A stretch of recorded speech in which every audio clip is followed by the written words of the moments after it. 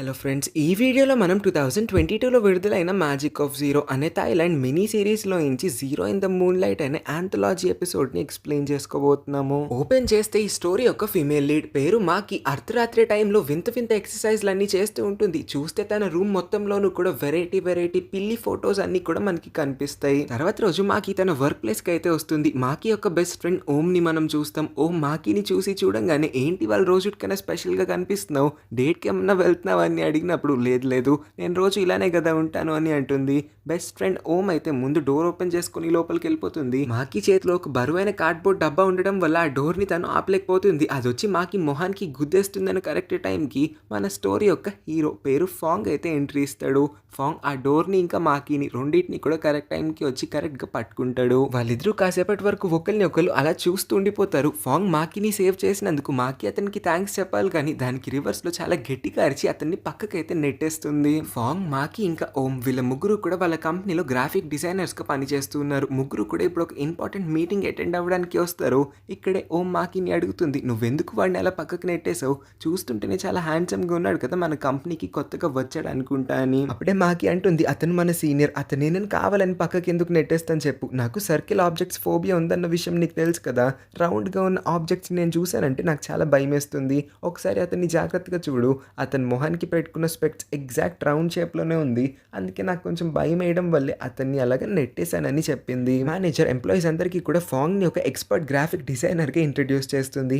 ఆ తర్వాత మన మాకి ఇకపై నుంచి ఫాంగ్ కింద అసిస్టెంట్ లాగా పని చేయాలని, ఫాంగ్ దగ్గర నుంచి మాకి బోల్డ్ అని విషయాల్ని నేర్చుకుంటుందని ఆమె ఎక్స్పెక్ట్ చేస్తున్నట్టు చెప్తుంది. ఎందుకంటే మాకి ఇప్పుడిప్పుడే ఈ జాబ్లో జాయిన్ అయి ఉంటుంది, కానీ ఫాంగ్కి ఈ ఫీల్డ్లో చాలా ఎక్స్పీరియన్స్ ఉంటుంది. అతని కింద పని చేయడంలో మాకీకి ఒక ప్రాబ్లం అయితే ఉంటుంది. అతను 24 అవర్స్ ఆ రౌండ్ స్పెక్ట్స్ని పెట్టుకొని ఉంటాడు. మాకీకేమో సర్కిల్గా ఉన్న ఆబ్జెక్ట్స్ని చూస్తే భయం అనే ఫోబియా ఉంది. మరి అతన్ని 24/7 ఎలా ఫేస్ చేస్తుంది అని మాకీకి కూడా డౌట్ కొడుతుంది. లంచ్ టైంలో ఓం డోనట్స్ని లాగించేస్తుంది. మాకి నీకు కూడా 2 డోనట్స్ కావాలని అడుగుతుంది. నీకు తెలుసు కదే సర్కిల్గా ఉన్న ఆబ్జెక్ట్స్ని చూస్తే నాకు భయం అని, మళ్ళీ తీసుకొచ్చావు నా మొహానికేసి కొడుతున్నావు, నాకు వాటిని చూస్తేనే చిరాకు వస్తుంది, వాటిని నా నుంచి దూరంగా పక్కకి నెట్టే అని అంటుంది. అప్పుడే అక్కడికి ఫాంగ్ అయితే వచ్చి వీళ్ళిద్దరిని కూడా పరిచయం చేసుకొని వాళ్ళిద్దరికి కూడా 2 గిఫ్ట్స్ని అయితే ఇస్తాడు. బికాజ్ అతను రీసెంట్గానే జపాన్ ట్రిప్ వెళ్ళాడంట, అందుకే బోల్డ్ అని గిఫ్ట్స్ చాలా మంది కోసం తెచ్చాడు. వీళ్ళిద్దరూ కొత్త ఫ్రెండ్స్ అయ్యారు కాబట్టి వీళ్ళిద్దరికి అయితే ఆ బొమ్మల్ని ఇస్తాడు.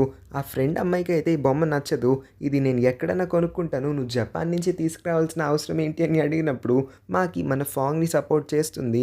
ఒరిజినల్ పీసే, జపాన్లోనే దీన్ని ఒరిజినల్గా తయారు చేస్తారు, ఇక్కడ అన్నీ కూడా ఫేక్ పీసెస్ దొరుకుతాయి, ఒరిజినల్ పీస్ని నువ్వు ఎంకరేజ్ చేయాలి, దాన్ని సపోర్ట్ చేయాలని అనగానే ఫాంగ్ మాకి మాటలకి కొంచెం ఇంప్రెస్ అవుతాడు. ఫాంగ్ మాకీకి ఆ బొమ్మ ఇస్తున్నప్పుడు కూడా మాకి అతని వైపు చూడలేకపోతుంది, తల కిందకి పెట్టి ఆ బొమ్మని కూడా యాక్సెప్ట్ చేసి అతనికి థ్యాంక్ యూ చెప్తుంది. ఫాంగ్కి ఇంకా అర్థం కావట్లేదు ఎందుకు మాకి అతన్ని అవాయిడ్ చేసి ఎలా బిహేవ్ చేస్తుందో అని. మాకి వాళ్ళ కంపెనీ కోసం ఒక లోగోని డిజైన్ చేస్తుంది, దానిలో ఒక జీరోని యాడ్ చేయాల్సి ఉంది, కానీ మాకీకి జీరోని చూస్తే భయం వేస్తుంది కాబట్టి తన చెయ్యి అయితే వణికిపోతూ ఉంటుంది. అదే టైంకి ఫాంగ్ తన్ని పిలిచి కొంచెం డిస్ట్రాక్ట్ చేస్తాడు. ఫాంగ్ ఇంకా డైరెక్ట్గా మాకిని అడిగేస్తాడు, నువ్వు ఎందుకు ఇలా చేస్తున్నావు, నేను ఒకవేళ నచ్చకపోతే చెప్పు, నేనే నీ దగ్గరికి రావడానికి కూడా ట్రై చేయను అని. మాకి అతనికి అర్థమయ్యేలా తన ఫోబియా గురించి చెప్దాం అనుకుంటుంది, కానీ ఫాంగ్ ఇంకా రౌండ్ స్పెక్ట్స్ని పెట్టుకుంటాడు కాబట్టి అతని వైపు కూడా సరిగ్గా చూడలేకపోతుంది. అదే టైంకి మేనేజర్ అక్కడికి వచ్చి మాకి వర్క్ అయిపోయిందా, ఇంకెంతసేపు తీసుకుంటావు, ఫాస్ట్గా సబ్మిట్ చేయమని అనగానే తను కూడా తన వర్క్ని ఫినిష్ చేసేస్తుంది. నెక్స్ట్ బ్రేక్ టైంలో ఓం మాకితో చెప్తుంది, నువ్వెందుకు నీ సర్కిల్ ఫోబియా గురించి ఫాంగ్కి అర్థమయ్యేలా చెప్పకూడదు, అతను అర్థం చేసుకుంటాడు కదా అని అన్నప్పుడు, లేదు నువ్వంటే నా కాలేజ్ ఫ్రెండ్వి, అప్పటి నుంచి నాతో కలిసి ట్రావెల్ అవుతున్నావు కాబట్టి నా బాధని అర్థం చేసుకోగలుగుతున్నావు, అతను నిన్న కాక మొన్న పరిచయం అయ్యాడు, అతనికి ఇవన్నీ చెప్తే నన్ను ఎలా అర్థం చేసుకుంటాడు, ఇదంతా అయ్యే పని కాదని అంటుంది. అదే టైంకి మళ్ళీ ఫాంగ్ వీళ్ళిద్దరి దగ్గరికి వచ్చేస్తాడు. ఫాంగ్ మాకి కోసం అతని ఫేవరెట్ డ్రింక్ని తీసుకొని వస్తాడు, కానీ మాకి ఆ డ్రింక్ని తాగాలనుకోవట్లేదు, ఎందుకంటే డ్రింక్ పైన పెద్ద జీరోస్ ఉంటాయి కాబట్టి ఆ డ్రింక్ని అవాయిడ్ చేయడమే బెస్ట్ అనుకుంటుంది. ఇప్పుడు నాకు తాగాలని లేదు, తర్వాత ఎప్పుడైనా తాగుతానని ఒక సాకు చెప్తుంది. ఇక్కడే ఓం ఫాంగ్తో అంటుంది, మాకి జనరల్గా అంత ఈజీగా ఎవరిని కూడా ట్రస్ట్ చేయదు, తను ఎవరితోనో మాట్లాడాలంటేనే చాలా టైం తీసుకుంటుందని. సో ఫాంగ్ కూడా మాకి బాధని అర్థం చేసుకొని, నువ్వు నాతో ఏమైనా చెప్పాలనుకుంటే చెప్పొచ్చు, నేను కూడా లైఫ్లో చాలా అనుభవించాను కాబట్టి అందరిలాగా నేను అస్సలు ఆలోచించను, నీకేమైనా ప్రాబ్లం ఉంటే నాకు చెప్పు, దాన్ని ఏమైనా రెక్టిఫై చేసే సొల్యూషన్ నా దగ్గర ఉంటే నేను కూడా దాన్ని నీకు చెప్తాను, అండర్స్టాండింగ్ పర్సన్ నేను అని తన గురించి అతను చెప్పేసరికి ఓం అయితే నవ్వుతుంది. మాకి కూడా ఎందుకో సిగ్గుపడిపోతూ ఉంటుంది. మాకి వాళ్ళ అమ్మకి కూడా తన బాధని చెప్తుంది. ఆఫీస్లో తన సీనియర్ పెద్ద రౌండ్ కళ్ళద్దాలు పెట్టుకుంటున్నాడు, అమ్మ నా వల్ల కావట్లేదు అవ్వట్లేదు. అతన్ని ఎలా భరించాలో కూడా నాకు తెలియట్లేదు. అతని వైపు కూడా నేను చూడలేకపోతున్నానని వాళ్ళ మమ్మీ సరదాగా మాకిని కాసేపు ఆట పట్టిస్తుంది. ఆ తర్వాత సడన్‌గా ఎందుకో అలర్ట్ అయిపోయి ఇంకొక 3 డేస్‌లో ఫుల్ మూన్ డే రాబోతుంది. ఆ టైంలో మాత్రం నువ్వు ఎక్కడున్నా ఎన్ని పనులున్నా సరే బయట తిరగడానికి వీల్లేదు. ఇంటికి వచ్చేయాలి. టైం గుర్తుపెట్టుకో. ఇంకొక 3 డేస్‌లో ఫుల్ మూన్ డే రాబోతుందని ఇంకొకసారి చెప్తుంది. తర్వాత రోజు ఫాంగ్‌ని మనం ఒక పేస్ట్రీ షాప్‌లో చూస్తాం. అదే షాప్‌లో మాకి కూడా ఉంటుంది. ఎందుకంటే ఈ పేస్ట్రీ షాప్ ఇంకెవరిదో కాదు మాకి వాళ్ళ మమ్మీదే అయి ఉంటుంది. మాకి ఫాంగ్‌ని దూరం నుంచి అలా చూస్తూ ఉండిపోతుంది. బికాజ్ ఇవాళ అతను స్పెక్ట్స్ పెట్టుకోలేదు కాబట్టి. అదే టైంకి వెనకాల నుంచి వాళ్ళ మమ్మీ కూడా వచ్చి ఏంటే నా కస్టమర్స్ మీద కన్నేసావా ఏంటి? చూడ్డానికి ఆ అబ్బాయి క్యూట్‌గా ఉన్నట్టున్నాడు. నీకు నచ్చాడా ఏంటి అని అడిగినప్పుడు లేదు లేదమ్మా నాకేం నచ్చలేదు. నేను నిన్న రాత్రి నా సీనియర్ గురించి చెప్పాను గదా!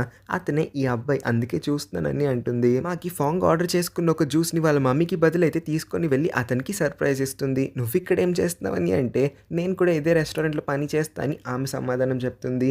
ఇంతకీ నువ్వివాళ స్పెక్ట్స్ ఎందుకు పెట్టుకోలేదని అడిగినప్పుడు నేనివాళ లెన్స్ పెట్టుకున్నాను.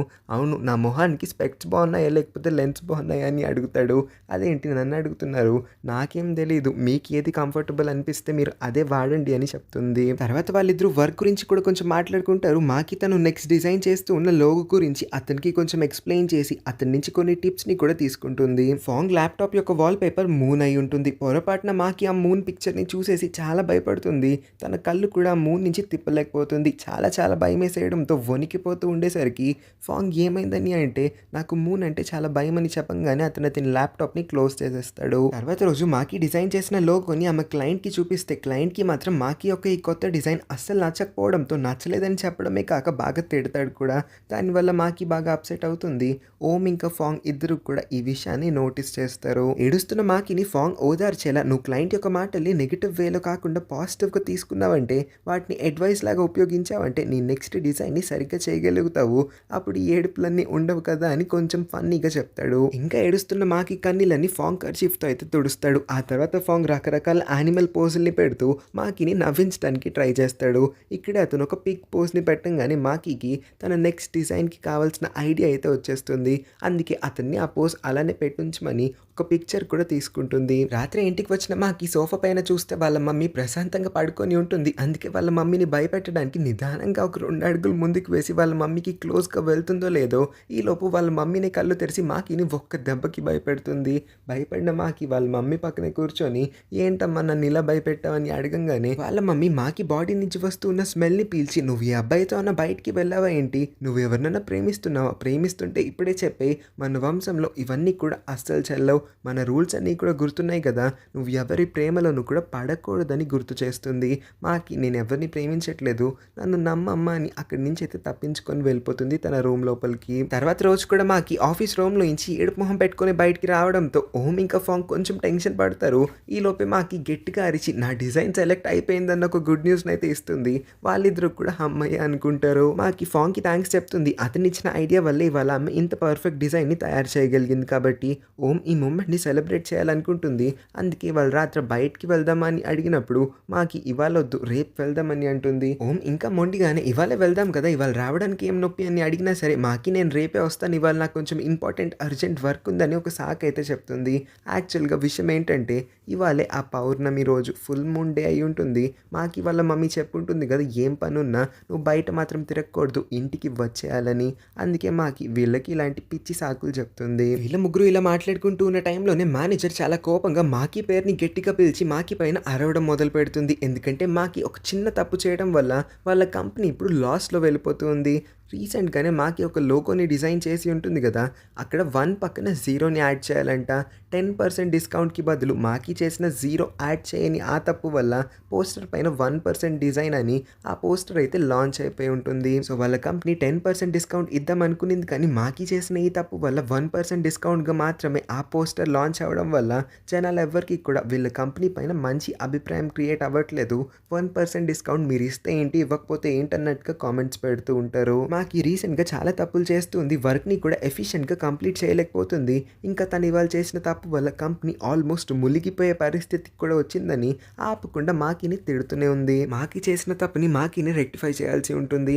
ఆల్రెడీ వాళ్ళ పోస్టర్‌ని వాళ్ళ వీధి మొత్తంలోనూ కూడా అంటించేసి ఉంటారు. మాకి ఇవాళ రాత్రంతా కూడా ఎంత కష్టమైన అనవసరం ఆవిడకి పోస్టర్స్ అన్నిటిని కూడా 1%కి బదులు 10%గా కొత్త పోస్టర్స్‌ని రీప్లేస్ చేయాల్సి ఉంటుంది. మాకి ఇవాళ కుదరదు. నేను ఖచ్చితంగా రేపు ఈ పని మొత్తాన్ని కంప్లీట్ చేస్తాను. ఇవాళ ఒక్కరోజు తన్ని ఫ్రీగా వదిలేయమని మేనేజర్‌ని ఎంత అడిగినా సరే ఇది చాలా ఇంపార్టెంట్. నువ్వు ఇవాళ చేయలేకపోయావంటే రేపటికల్లా ఆ పోస్టర్స్‌ని ఇంకా ఎక్కువ మంది చూస్తారు.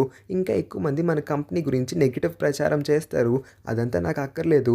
నువ్వు చేసిన తప్పుని నువ్వే రెక్టిఫై చేయాలి. అది కూడా ఇవాళ రాత్రిలోగా అయిపోవాలని మాకీకి ఒక ఆర్డర్‌ని వేస్తుంది. మేనేజర్ బాగా తిట్టడం వల్ల మాకి బాధపడుతుంటే ఫాంగ్ మాకీకి సపోర్ట్ చేసి మాట్లాడతాడు. నువ్వు లోగోని సబ్మిట్ చేసావు. అది తప్పైనా ఒప్పైనా సరే దాన్ని చెక్ చేయాల్సిన బాధ్యత మేనేజర్‌ది ఇంకా మిగిలిన ఎంప్లాయీస్‌దే.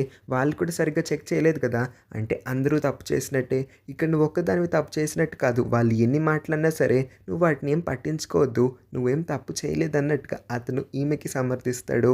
అదే టైంకి ఆకాశంలో ఫుల్ మూన్ క్లియర్‌గా కనిపిస్తుంది. మాకి మూన్‌ని అస్సలు చూడలేకపోతుంది. తల దించుకొని భయపడుతూ ఉంటే మూన్ అంటే మాకీకి భయమని చెప్పిన మాటలన్నీ కూడా ఫాంగ్‌కి గుర్తొచ్చి అతని బ్యాగ్‌లో నుంచి ఒక అంబ్రెల్లాని తీసి మాకి తల పైన పెడతాడు. 1% పోస్టర్స్ అన్నిటిని కూడా పీకేసి 10% పోస్టర్స్‌ని అతికిస్తున్నంత సేపు కూడా ఫాంగ్ మాకి తలపైన అంబ్రెల్లాని అలానే పట్టుకొని ఉంచుతాడు.